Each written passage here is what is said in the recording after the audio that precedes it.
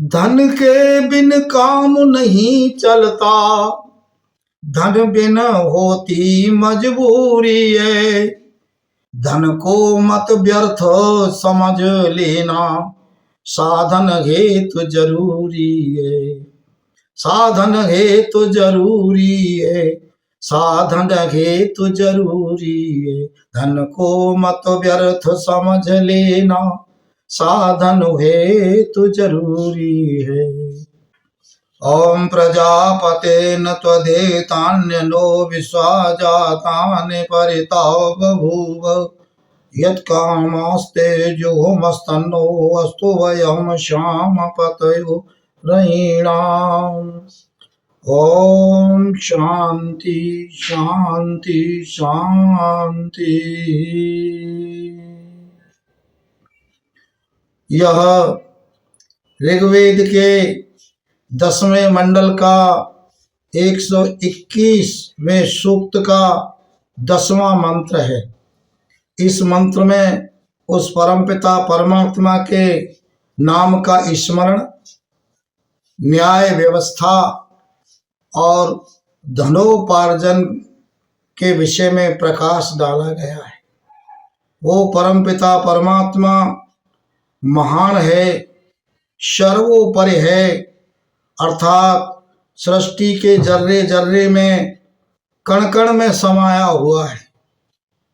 कोई भी स्थान उससे खाली नहीं है।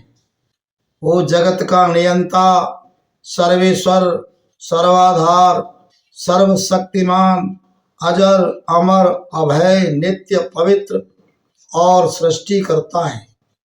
उसी की उपासना करनी चाहिए। वो परमपिता परमात्मा महान है, वो दाता है। दाता होने के कारण से वो देवता कहाता है। अतः वो परमपिता परमात्मा हमको सब कुछ दे रहा है। हे प्रभु, हम धन और ऐश्वर्य के स्वामी बने।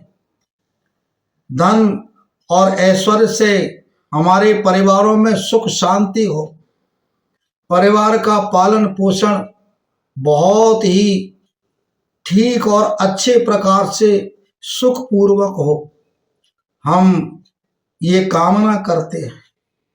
हम तेरी शरण में इस भाव से आए हैं। इसलिए हे प्रभु, हम धन धान्य के स्वामी बने, हम धन ऐश्वर्य के स्वामी बने, धन के दास नहीं बने। दास बनने से जीवन का मार्ग अवरुद्ध हो जाता है। जीवन नकारात्मकता की ओर जाता है, सकारात्मकता विलुप्त होती हुई दिखाई देती है। अतः हम धन का ठीक प्रकार से उपयोग करें। धन की 3 गति होती हैं। भगवान भर्तृहरि ने कहा है, दान, भोग, नाश। अच्छे कार्यों में दान करना, सत कार्यों में दान करना, सतपात्र को दान देना और अच्छे कार्यों में उपभोग करना, अच्छे कार्यों में देना, धर्म के कार्यों में देना। अगर इन दोनों में हम ठीक प्रकार से धन का उपयोग नहीं कर पाए तो धन का नाश हो जाता है। धन का नाश अवश्य है। इसलिए हमको धार्मिक कार्यों में, सत कार्यों में, शिक्षा के कार्यों में, देश और धर्म के कार्यों में हमेशा देते रहना चाहिए। कहते हैं इस परिवार के लिए धन की आवश्यकता होती है। धन के बिना परिवार मजबूर हो जाता है। धन के बिना उसके सुख साधन व्यवस्थाएं कमजोर हो जाती हैं। इसलिए धन का होना परिवार के लिए बहुत आवश्यक है। इसलिए कवि ने बहुत सुंदर वर्णन किया है। धन के बिन काम नहीं चलता, धन बिन होती मजबूरी है। धन को मत व्यर्थ समझ लेना, साधन हेतु जरूरी है, साधन हेतु जरूरी है, साधन हेतु जरूरी है। धन को मत व्यर्थ समझ लेना, साधन हेतु जरूरी है। धन खूब कमाओ जीवन में, निर्धनता अति दुखदाई है। तुम धन के स्वामी बन जाओ, यह वेदों ने बतलाई है, वेदों ने बतलाई है, वेदों ने बतलाई है। तुम धन के स्वामी बन जाओ, वेदों ने बतलाई है। धन धर्म कमाई से आया, तो नैया पार लगा देगा। यदि अधर्म का धन जमा किया, तो वह नरदेव डुबा देगा, वो नरदेव डुबा देगा, वो नरदेव डुबा देगा। अधर्म का धन जमा किया, तो वो नरदेव डुबा देगा। इसलिए हमको धन धार्मिक दृष्टि से धर्म अर्थ काम मोक्ष, ये हमारी व्यवस्था है। इस व्यवस्था के आधार पर चलना चाहिए। वो परमपिता परमात्मा हजार आंखों से हमारी तरफ देख रहा है, हजार आंखों से हमें निहार रहा है। हम उसकी नजर से बच नहीं सकते।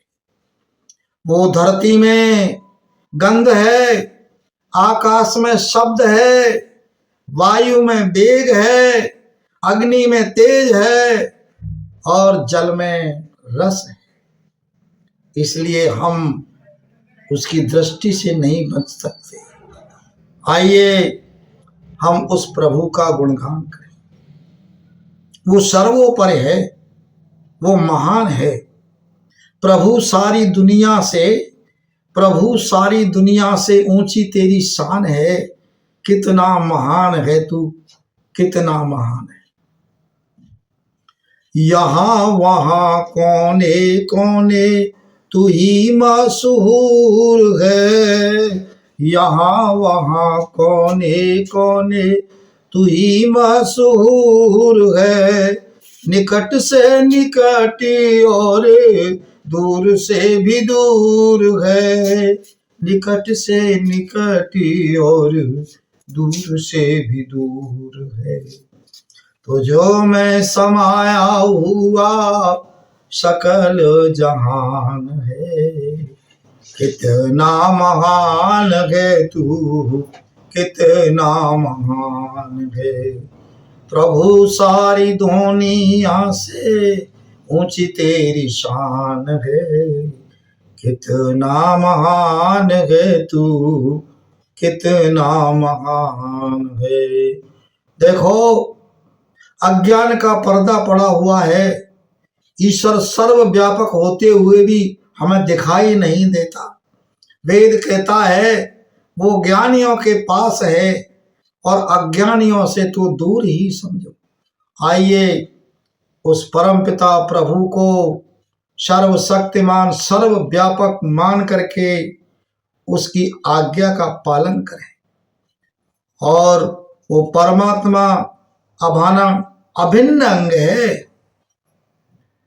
तुझसे भिन्न कोई जग में, तुझसे भिन्न कोई जग में, सब में तू ही समाया है। जड़ चेतन सब तेरी रचना, तुझ में आश्रय पाया है। हे सर्वोपरि विभो विश्व का तूने साज सजाया है। हे तो रहित अनुराग दीजिए, यही भक्त को भाया है। यही भक्त को भाया है। आइए हम उस प्रभु का स्मरण करें, प्रभु की न्याय व्यवस्था को समझें हम धन उपार्जन करें, हम धन के स्वामी बने, धन के दास नहीं बने। इति ओम शम।